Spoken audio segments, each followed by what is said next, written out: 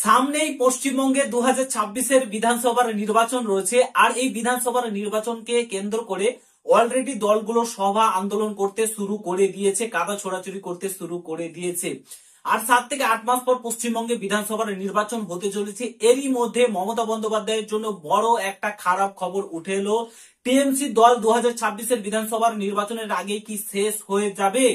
2026-এর বিধানসভা নির্বাচনের আগে কি আদৌ এই দলটা টিকে থাকতে পারবে পশ্চিমবঙ্গে? দেখে যা মনে হচ্ছে না, পারবে না। 2026-এর আগে এই দলটা শেষ হয়ে যাবে। নির্বাচন তো দূরের কথা, নির্বাচনে তো মনে হচ্ছে টিএমসি দল হারবে, গোহারা হারবে এবং বিজেপি নবান্নের গদি দখল করবে।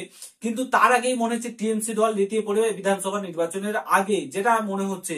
41 লক্ষ ভুয়া রোহিঙ্গা বাংলাদেশি মুসলিম ভোটার ধরা পড়েছে। হ্যাঁ, তোমরা ঠিকই শুনেছো, 41 লক্ষ, প্রায় 41 লক্ষ বাংলাদেশি রোহিঙ্গা মুসলিম ভোটার ধরা পড়েছে। কোথায় ধরা পড়েছে, কেন ধরা পড়েছে? ভোটার লিস্ট থেকে তাদের নাম বাদ গেছে। ভোটার লিস্ট সংশোধন করার সময় দেখা গেছে এরা রোহিঙ্গা বাংলাদেশি, যথাযথ প্রমাণপত্র নেই, তো তাদেরকে বাদ দেওয়া হয়েছে। সমস্ত কিছু নিয়ে আজকের এই প্রতিবেদনে শেয়ার করব তোমাদের সঙ্গে। পুরো ভিডিওটা দেখার চেষ্টা করবে। চ্যানেলে নতুন হলে অবশ্যই চ্যানেলটাকে সাবস্ক্রাইব করে পাশে থাকা বেল আইকনটাকে প্রেস করে দেবে। যখনই আমি নতুন ভিডিও আপলোড করবো তার নোটিফিকেশন সর্বপ্রথম পেতে অতি অবশ্যই চ্যানেলটাকে সাবস্ক্রাইব করে দেবে। তোমরা প্রত্যেকে জানো যে নভেম্বরে বিহারে বিধানসভার নির্বাচন রয়েছে। আর এখন থেকে তোড়জোড় অলরেডি শুরু হয়ে গেছে। এবং এই বিধানসভার নির্বাচনের আগেই যে ভোটার কার্ড সংশোধন সেটা কিন্তু শুরু হয়েছিল এবং সেখান থেকে আমরা কি দেখেছিলাম, 35 লক্ষ ভুয়া ভোটার ধরা পড়েছে।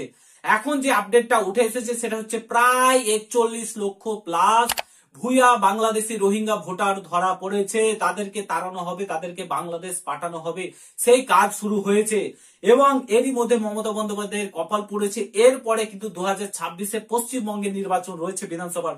তার আগে কিন্তু পশ্চিমবঙ্গে কিন্তু ভোটার লিস্ট সংশোধন নীতি চালু করতে চলেছে নির্বাচন কমিশন।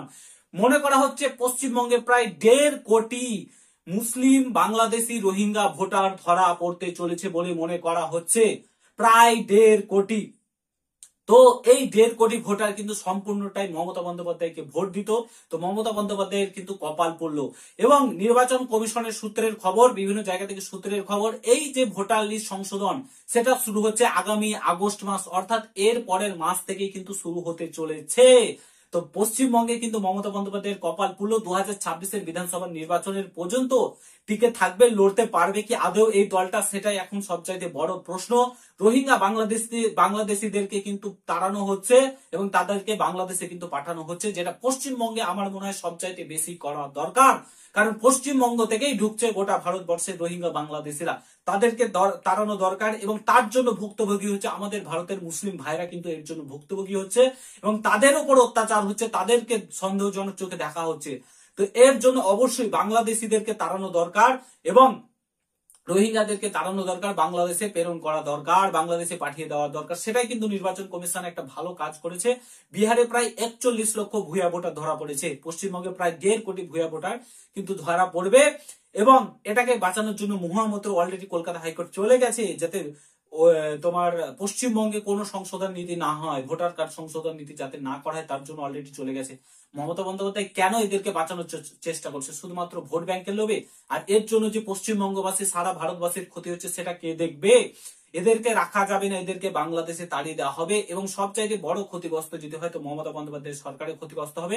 কারণ এই ভোটটা তিনি পুরোপুরি ভাবে পাচ্ছিলেন, তাদের জন্য একদম পুরোপুরি কারখানা তৈরি করে দিয়েছিলেন, ভোটার কার্ড, আধার কার্ড, প্যান কার্ড তৈরি করে দিচ্ছিলেন। কিন্তু এবার সেটা হবে না। এবার কিন্তু এভিডেন্স প্রুফ লাগবে, ভালো মতো প্রুফ লাগবে। ভোটার কার্ড, আধার কার্ড দিয়ে প্রমাণ দেখালে হবে না, এবার ভালো মতো প্রমাণ দেখাতে হবে, তবেই বোঝা যাবে যে তুমি ভারতবর্ষের বাসিন্দা। ঠিক আছে? তো প্রায় 1.5 কোটি পশ্চিমবঙ্গে ভুয়া ভোটার এবং তার কাজ শুরু হচ্ছে আগস্ট মাস থেকে। তারপরে খেলা জমে যাবে, আশা করি বুঝতে পারছো। ভিডিওটা আমি এখানে সমাপ্ত করছি। যদি ভালো লাগে শেয়ার করো, চ্যানেলে নতুন হলে অবশ্যই সাবস্ক্রাইব করে এরকম ধরনের খবর পেতে। দেখা হচ্ছে নতুন ভিডিওর সঙ্গে। বাই। জয় হিন্দ, বন্দে মাতরম।